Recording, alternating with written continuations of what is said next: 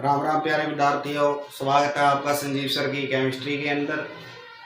जैसे कि हमारी पुरानी वीडियो आ चुकी हैं, आप लोगों ने देखी भी होगी। हमने एक प्लेलिस्ट भी तैयार कर दी है 12th क्लास के नाम से। 10th क्लास की वीडियो अलग डलेंगी, 12th क्लास की वीडियो अलग डलेंगी। उसके अंदर हमारे सारे प्रीवियस लेक्चर मौजूद हैं। यदि किसी ने कोई लेक्चर नहीं देखा हो तो उनको देख लीजिएगा, और आप लोग भी कम से कम उन लेक्चर को 2 से या 3 बार देखेंगे, क्योंकि जब भी आप उनको दोबारा रिपीट करेंगे तो वो आपका टॉपिक है वो काफी अच्छे से क्लियर होगा। तो आज का हमारा नया टॉपिक रहेगा कौन सा? Colligative property. जैसे कि हमने आइडियल नॉन आइडियल सॉल्यूशन पढ़े, पहले मोलैलिटी, नॉर्मेलिटी, सॉल्युबिलिटी, सारी चीजें हम पढ़ चुके हैं। तो आज का टॉपिक भी हमारा काफी इंपॉर्टेंट है। कोलिगेटिव प्रॉपर्टी में से क्वेश्चन बनता है, कई बार दूसरे कॉम्पिटिटिव एग्जाम के अंदर भी यहाँ से क्वेश्चन आते हैं, न्यूमेरिकल्स भी बनते हैं यहाँ से। तो वीडियो को पूरा वॉच कीजिएगा और हम चलते हैं आगे कोलिगेटिव प्रॉपर्टी पे। तो कोलिगेटिव प्रॉपर्टी का मतलब क्या होता है? सबसे पहले तो ये समझिए, कोलिगेटिव वर्ड आया कहाँ से? कोलिगेटिव वर्ड्स आया कहाँ से? ग्रीक वर्ड से। उसका मतलब इसका ग्रीक वर्ड क्या था? वो था कोलिगेटस। कोलिगेटस से आया है क्या? कोलिगेटिव। और कोलिगेट्स का मतलब ग्रीक का जो वर्ड है, इसका मीनिंग क्या था? इसका मीनिंग था भी बाइंड टुगेदर, जो क्या करे, आपस में किसी को बाइंड करके रखे या कलेक्टेड टुगेदर, इकट्ठा करके रखे, उसको हम क्या बोलते हैं? कोलिगेटिव बोलते हैं। यहाँ से नहीं समझ में आ रहा है तो हम क्या करते हैं? डेफिनेशन देखते हैं। डेफिनेशन क्या है हमारी? देखिए, सिंपल सी डेफिनेशन है। जब भी आपसे कोई पूछेगा भी कोलिगेटिव प्रॉपर्टी क्या होती है, हम कहेंगे भी जो नंबर ऑफ सोल्यूट पे डिपेंड करे, does not depend on the nature. Nature पे ना डिपेंड करे, कितना है उसके ऊपर डिपेंड करे, मतलब क्वांटिटी के ऊपर डिपेंड करे, क्वालिटी के ऊपर डिपेंड ना करे, उसे हम क्या बोलते हैं? कोलिगेटिव प्रॉपर्टी बोलते हैं। तो क्या है इसके अंदर? देखिए बच्चों, the property of the solution, ये प्रॉपर्टी किसकी है? सॉल्यूशन की है। That depends on the number of solute, जो कि इसके ऊपर डिपेंड करेगी, नंबर ऑफ सोल्यूट पार्टिकल के ऊपर डिपेंड करेगी, जो किसी भी किसके अंदर? सॉल्यूशन के अंदर प्रेजेंट होंगे, but not on the nature of the particle. लेकिन नेचर ऑफ पार्टिकल के ऊपर ये डिपेंड नहीं करेगी।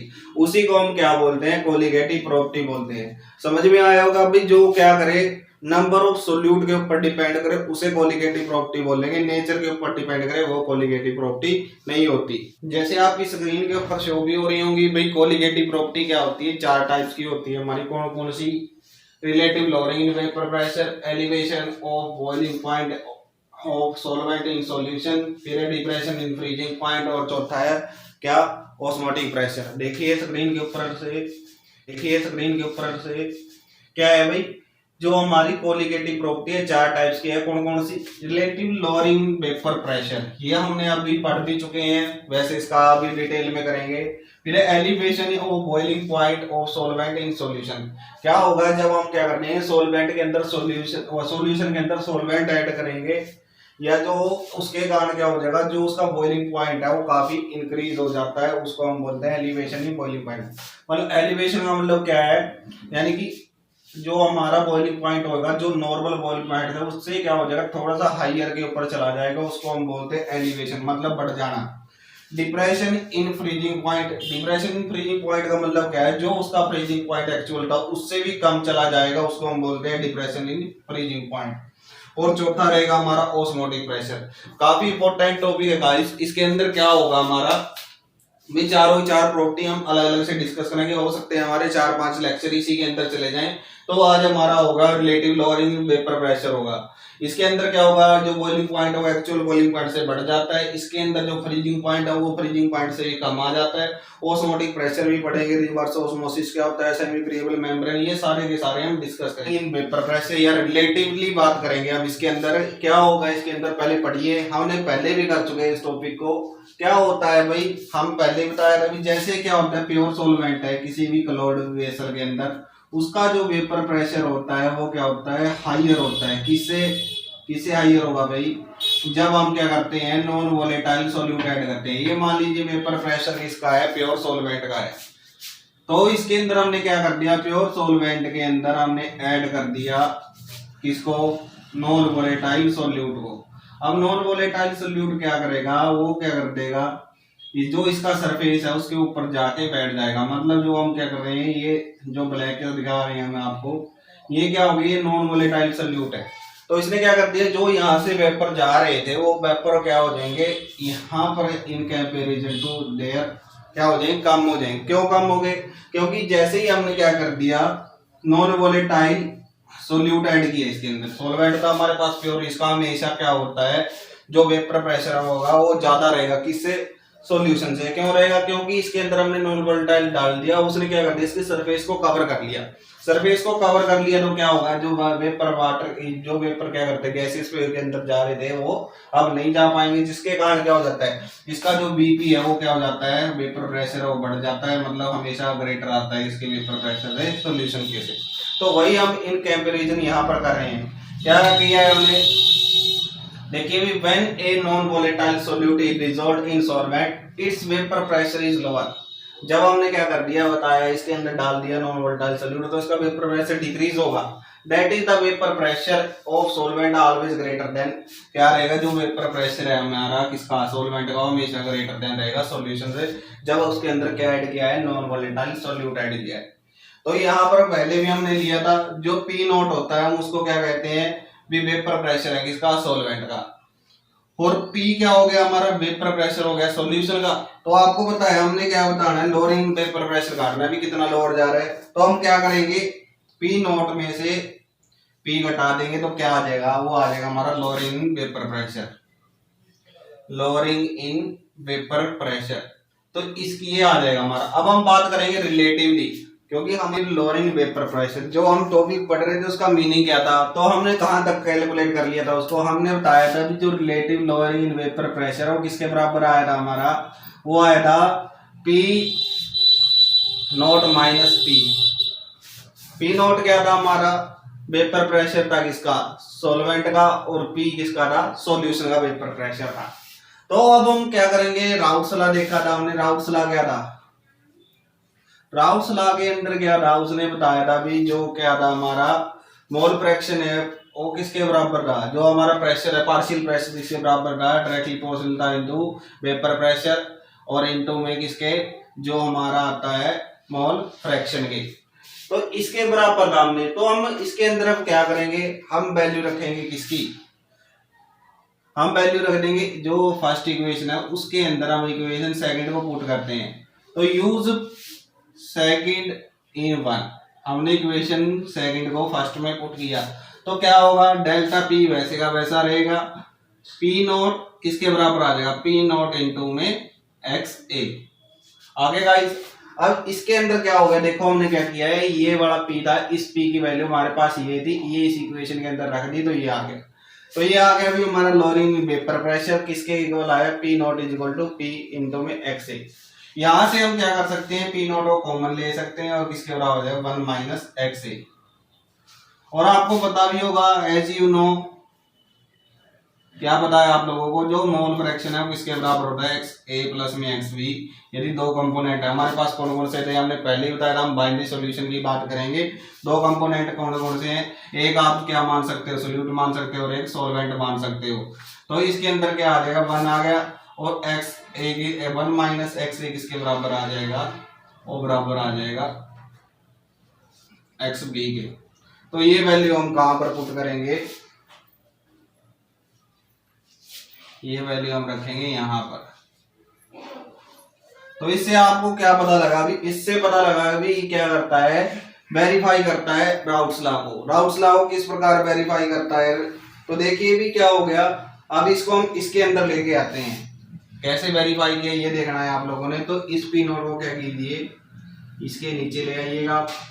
अब इसके नीचे आने के बाद क्या हो गया, जो हमने डेफिनेशन पढ़ी थी किसकी, राउट्स लॉ की। राउट्स लॉ के अंदर क्या था, जो प्रेशर होता है पार्शियल प्रेशर है वो डायरेक्टली प्रोपोर्शनल है किसके, जो मोल फ्रैक्शन है किसका, सॉल्यूट का, तो उसके बराबर आ जाता है। तो उसी को हम क्या बोलते हैं भी, ओबे करता है कौन सा, राउट्स लॉ को, कौन, रिलेटिव लोअरिंग वेपर प्रेशर। जैसा कि आपने देखा भी इसने क्या किया, ये राउट्स लॉ को ओबे करता है, क्या रिलेटिव लोअर प्रेशर, ये क्या है डायरेक्टली प्रोपोर्शनल आ गया किसके, मोल फ्रैक्शन ऑफ सोल्यूट के।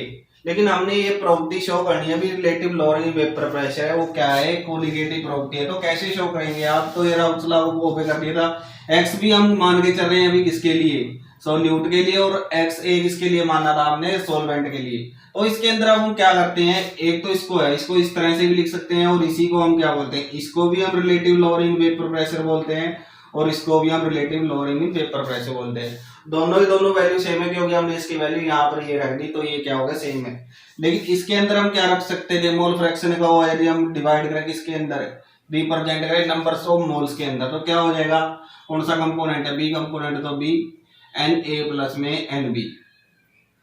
अब जैसे ये आ गया, लेकिन आप लोगों को पता है भी जो हमारा सोल्यूट है वो क्या होता है, बहुत very very very small quantity होता है।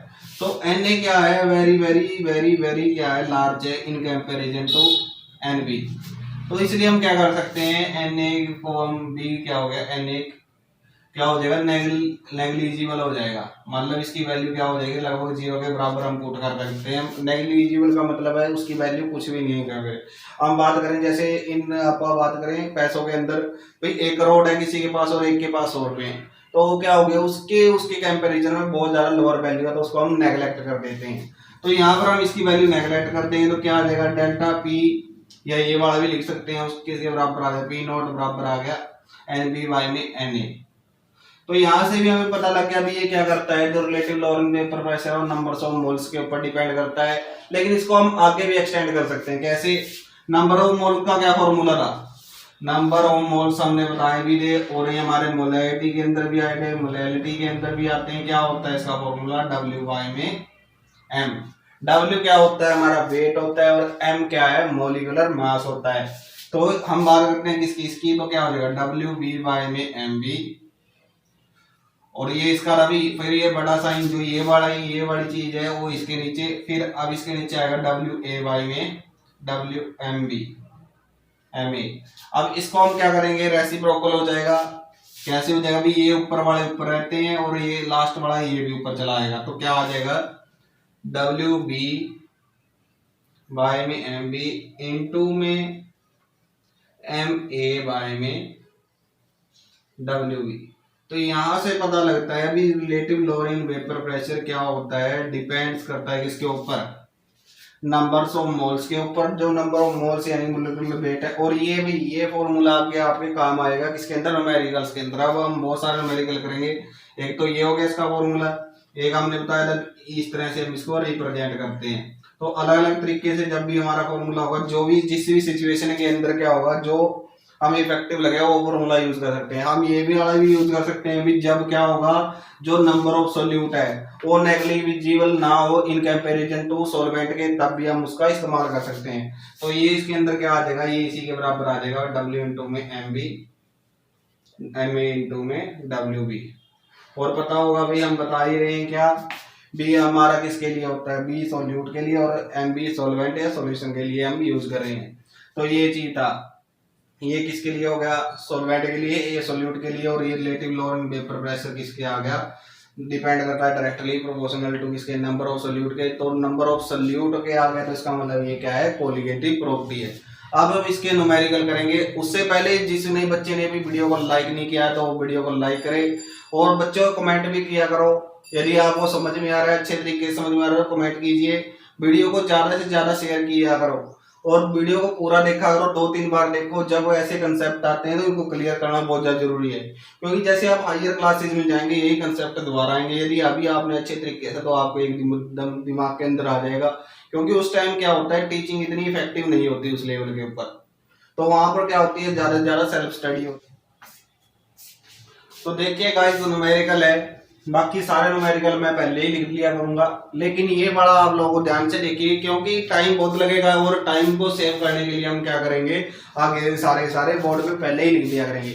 लेकिन इसको समझिए क्या है, लगभग सारे सिमिलर है, इसी से सिमिलर है। तो सबसे पहले हमारा वही फंडा है, हम पहले भी कहते आए हैं आप लोगों को भी, सबसे पहले आप क्या कीजिए, समझिए इसको, आधा मिनट 1 मिनट इसको पढ़िए, और उसने क्या क्या गिवन है। क्योंकि मैं पहले ही कहता हूँ भी आधे से ज्यादा तो इन्फॉर्मेशन इसके अंदर है, बस आपको एक फॉर्मूला आना चाहिए, वो अभी हमने किया था, उसके अलावा इसके अंदर कुछ नहीं है।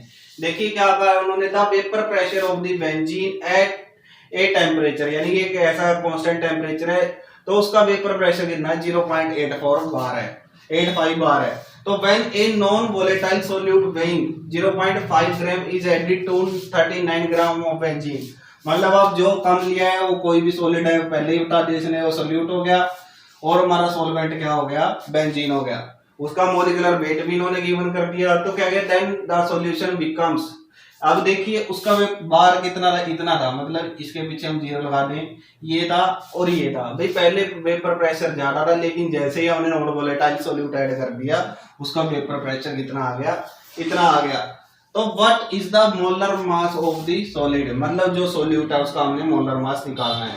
तो देखिए बहुत ज्यादा आसान पड़ेगा। सबसे पहले देखते हैं भी क्या कह दिया है, vapour pressure of pure benzene, मतलब क्या कह दिया, जो हमारा सॉल्वेंट है उसका कह दे दिया हमें वेपर प्रेशर दे दिया। तो ये किसके बराबर आया हमारा 0.85 बार के। फिर उसके बाद देखिए भी क्या किया है, नॉन वोलेटाइल सॉल्यूट ऐड किया है, तो इसका मतलब डब्ल्यू बी हमें कितना गिवन है 85 ग्राम, 0.85। फिर हमें क्या है, जो क्या हो गया सॉल्वेंट है वो कितना हो गया, डब्ल्यू ए हो गया, डब्ल्यू ए किसके बराबर है 39 ग्राम के। अब मोलर मास किसका, इसी का दे रखा है भी, एम ए किसके बराबर दे रखा है 78 ग्राम्स की, ग्राम पर मोल। यूनिट साथ साथ लिखिए, क्योंकि बाद में जैसे ही आप यूनिट निकालोगे तो अपने आप क्या हो जाएगा, वही यूनिट आपके सामने आ जाएगी यदि आपका फॉर्मूला ठीक है तो। फिर क्या था, vapour pressure of the solution become, अब सॉल्यूशन का क्या होता था पहले ही बताया, एमबीपी से हम रिप्रेजेंट करते हैं, तो कितना आ गया 85 बार आ गया। तो ये इंफॉर्मेशन है गाइस, और एक ही नहीं दे रखा, क्या नहीं दे रखा, क्या पूछा है, मोलर मास ऑफ सॉलिड, मतलब क्या पूछा उन्होंने, एमबी पूछा है। तो अभी हम करके हटे थे भाई गाइस, वो टॉपिक करके हटे, इसलिए हमने साथ साथ करवा रहे हैं इन टॉपिक के। न्यूमेरिकल क्या होगा, हमने फॉर्मूला पढ़ा delta P equal to by में पी नॉट बराबर इसके आया था एन बी वाई में एन बी के, यानी डब्ल्यू बी वाई में एम बी इनटू में एम ए वाई में डब्ल्यू ए। और यहाँ पर इसका हमने पहले ही बताया था, इसको हम कैसे रिप्रेजेंट कर सकते हैं, कैसे था P not minus P by में पी नॉट, बस इसके अंदर ये वैल्यू रखनी है, इसको एक टाइम के लिए क्या कीजिए भूल जाइए। तो ये किसके बराबर आ गया हमारा P not minus P by में पी नॉट, तो वैल्यू रख दीजिए, बिल्कुल सिंपल है। क्या करना है, इसकी वैल्यू कितनी थी 0.850, इसकी कितनी थी पी की, ये रही 0.8545, इसकी कितनी है 0.850, डब्ल्यू बी कितना है देखिए 0.5 ग्राम, ये कितना है दे नहीं रखे तो निकालना है। तो एम बी एम ए कितना दे रखा है 78 और डब्ल्यू ए कितना है 39। तो जो आपसे कटता है वो काट दीजिए, इसको हम यहाँ से काटेंगे तो कितने में कट जाएगा 2 पे कट जाएगा, ठीक है। यहाँ से कितना आ जाएगा, इसको सोल्व करेंगे तो कितना आ जाएगा 0.005 बाय में 0.850, और ये कितना आ गया, इसकी मल्टीप्लाई करेंगे 1 बाय में एम बी, क्रॉस मल्टीप्लाई कर दीजिए, क्रॉस मल्टीप्लाई करेंगे तो क्या आएगा हमारा, इधर देखिए एम बी बराबर किसके आएगा, ये इधर ले गए, ये क्या हो जाएगा 0.850 ऊपर आ जाएगा 0.005, ये यहाँ पर आ जाएगा। देखिए यहाँ पर भी डेसिमल 3 पॉइंट के बाद है, यहाँ भी 3 पॉइंट है, मतलब ये तो एक दूसरे से क्या हो जाएंगे, कैंसिल हो गए। और ये कितने में कटेगा, ये कट देगा 170, और क्या आएगा यूनिट्स के अंदर देख सकते हैं आपने, अभी यहाँ एक सारे एक दूसरे से कैंसिल हो रहे हैं, बस इसकी यूनिट बची है। और ये किसके बराबर होता है, जैसे एम एम बराबर हमारा ग्राम पर मोल के, तो ये भी क्या आ जाएगा ग्राम पर मोल के बराबर आ जाएगा। लेकिन आप यहाँ से भी निकाल सकते हैं यूनिट, कैसे, अब ये क्या है डब्ल्यू किसके अंदर था, ग्राम्स के अंदर था, और वेपर प्रेशर ये भी देखिए भाई, ये भी बार के अंदर था, यहाँ लिख देते हैं हम, ये भी बार के अंदर था और ये भी बार के अंदर था, बार से बार कैंसिल, ठीक। यहाँ पर ये ग्राम था, ये भी ग्राम था, इस ग्राम से ग्राम कैंसिल, ये ग्राम पर मोल के अंदर था। अब जैसे ये उधर बच गया तो ये क्या आ गया ग्राम पर मोल के बराबर आ जाएगा, इसीलिए ग्राम पर मोल के अंदर आया। तो ये था हमारा न्यूमेरिकल। दोबारा फिर समझिए हमने क्या किया है इसके अंदर, भाई प्योर बेंजीन का दे रखा है कितना, इतना, सॉल्वेंट का दे दिया उन्होंने, सॉल्वेंट का हमने लिख दिया, फिर क्या किया, नॉन वोलेटाइल सोल्यूट W क्या दे दिया, B दे दिया, ये लिख दिया हमने, W A दे रखा है, ये दे रखा है, P नॉट दे दिया।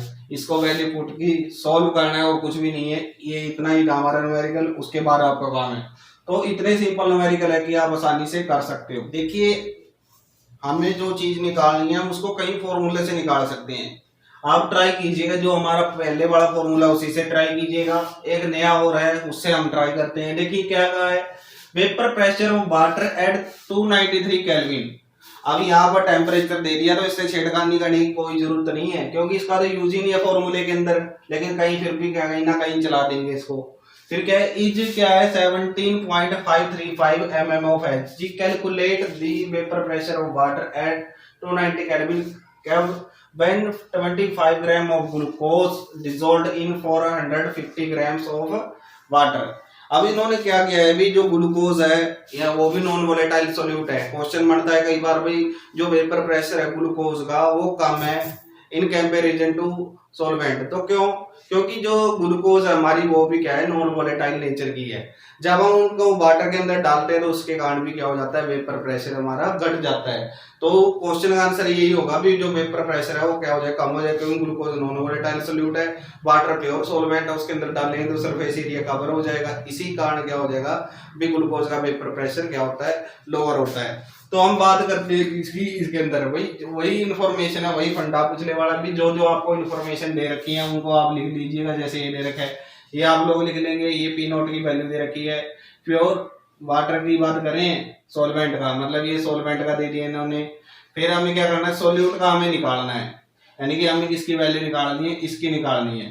तो हमें क्या जरूरत है रिलेटिव लोअरिंग वेपर प्रेशर के पास जाने की, लेकिन हम जा सकते हैं भी, ऐसी बात नहीं कर सकते, कर सकते हैं उससे भी, लेकिन आप करके देखिएगा, क्योंकि आप जब बहुत सारे ट्रिक से न्यूमेरिकल निकालने की कोशिश करोगे तो आपके माइंड के अंदर डेवलपमेंट होगी भी, इस न्यूमेरिकल को ऐसे भी किया जा सकता है, ऐसे भी किया जा सकता है, क्योंकि बहुत सारे तरीके के होते हैं। तो अब उसके अंदर क्या है, हमें क्या दे दिया, सोल्यूट का मास दे दिया, W क्या दे दिया हमें, B दे दिया 25 ग्राम, और फिर दे रखा है WA कितना दे रखा है 450 ग्राम दे रखा है। तो हम क्या करते हैं, राउट्स लॉ को फॉलो करते हैं। अकॉर्डिंग टू राउट्स लॉ क्या हो जाएगा, जो हमारा पार्शियल प्रेशर है उसके डायरेक्टली प्रोपोर्शनल आ जाएगा किसके, मोल फ्रैक्शन के, मोल फ्रैक्शन ऑफ सॉल्वेंट के। तो कैसे क्या करेंगे, अब XA की वैल्यू कैसे निकाल सकते हैं, आप सभी को पता होगा, भी नंबर ऑफ इसके मोल्स ऑफ सोल्यूट बाय में टोटल कंपोनेंट्स हो जाएंगे। अब Na का क्या फॉर्मूला था, Na का फॉर्मूला क्या होगा, W बाय में Ma, और ये हमें प्रोवाइड कर रखा है कितना है 450, और वाटर का मोलर मास आप सभी को पता होगा भी कितना होता है 18 ग्राम पर मोल होता है। ग्लूकोज की बात करें, ग्लूकोज का फॉर्मूला C6H12O6, तो देखेंगे भी 7 इंटू में 6 72 12 और 96, तो कितना आ जाएगा 180 ग्राम पर मोल आ जाएगा हमारा किसका, मोलर मास ग्लूकोज का। तो हम दोनों इस वैल्यू के अंदर पुट करते हैं। अब ये वैल्यू रखी हुई यहाँ पर रखेंगे हम, तो क्या क्या आ जाएगा हमारे पास, Na कितना आ जाएगा 450 बाय में 18 और 450 फिर बाय में 18, ये कितना आएगा भाई 450 बाय में 18। तो ये कैलकुलेट करके कितना आएगा बच्चों, ये कैलकुलेट करके आता है 0.994। ये आ गया हमारा क्या, मोल फ्रैक्शन। मोल फ्रैक्शन की कोई भी यूनिट नहीं होती। अब इसके अंदर हम क्या करते हैं, इस फॉर्मूले के अंदर पुट करेंगे, तो क्या होगा P equal to P naught into में XA। P नॉट कितना था 17.535 mm ऑफ Hg इंटू में 0.994, तो कितना कैलकुलेट करके कितना आता है, ये आएगा हमारा 17.43 mm ऑफ Hg, क्योंकि इसकी यूनिट तो थी नहीं, इसकी यूनिट क्या थी mm ऑफ Hg, तो ये mm ऑफ Hg। दूसरा ये देखिए, अब ये किसका है, ये आया है हमारा जो नॉन वोलेटाइल सॉल्यूटेड गैस सॉल्यूशन का, यानी क्या हो गया उसका वेपर प्रेशर कम हो गया किससे, प्योर सॉल्वेंट के कंपैरिजन में। तो ये सवाल था हमारा।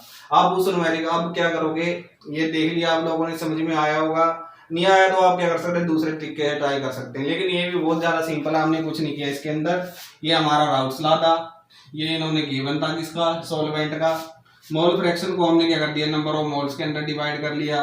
अब इसको तोड़ने के बाद ये आ गया, हाँ वो वहां पर आप देखेंगे भी यहाँ पर क्या करते हैं हम इसको नेग्लिजिबल कर देते हैं, तो करके देख सकते हैं अप्रोक्सीमेटली वैल्यू उसके करीब ही पहुंचेगी, तो आपका न्यूमेरिकल वो गलत नहीं होगा। तो इस तरह से भी आप क्या कर सकते हैं, ट्राई कर सकते हैं। तो बच्चों ये तो था न्यूमेरिकल के बारे में। तो आप लोगों ने को समझ में आया होगा, नहीं समझ में आया तो कमेंट कीजिए, वीडियो को बार बार देखिए, एक दो बार देखिए और ट्राई कीजिए। और इस का हम पीडीएफ क्या करेंगे, टेलीग्राम ग्रुप पे जैसे ही वीडियो अपलोड हो जाते हैं, वीडियो के अपलोड होने के 2-3 घंटे के बाद हम क्या कर देंगे, टेलीग्राम ग्रुप पे ज्वाइन कर देंगे। और एक बच्चों बहुत ज्यादा शिकायत आप लोगों की भी, आप वीडियो को बहुत कम वॉच कर रहे हैं, तो वीडियो जैसे देखते हैं उसको पूरी देखिए, अपने फ्रेंड्स को भी बताइए, या तो देखो ही ना, क्या फायदा फिर आप भी देखने का। तो देख रहे हैं तो पूरी देखो, नहीं तो उसको क्या कर दीजिए, स्किप कर दीजिए, ठीक है ना। फिर बाद में आप लोगों को इस चीज की वैल्यू पता लगेगी कि वो टाइम क्या था, उस टाइम आप क्या कर सकते थे, क्या नहीं कर सकते थे। तो यही है भाई, आप लोग क्या करो, वीडियो को ज्यादा से ज्यादा वॉच कीजिए, शेयर कीजिए अपने फ्रेंड के साथ, रिलेटिव्स के साथ, और क्या कर दीजिए, जो भी आपकी दिक्कत है वो हमें बताइए, क्योंकि नहीं रहने देंगे आपके मन में केमिस्ट्री के प्रति कोई मिस्ट्री, क्योंकि आपके संजीव सर आपको पढ़ा रहे हैं केमिस्ट्री। Thank you.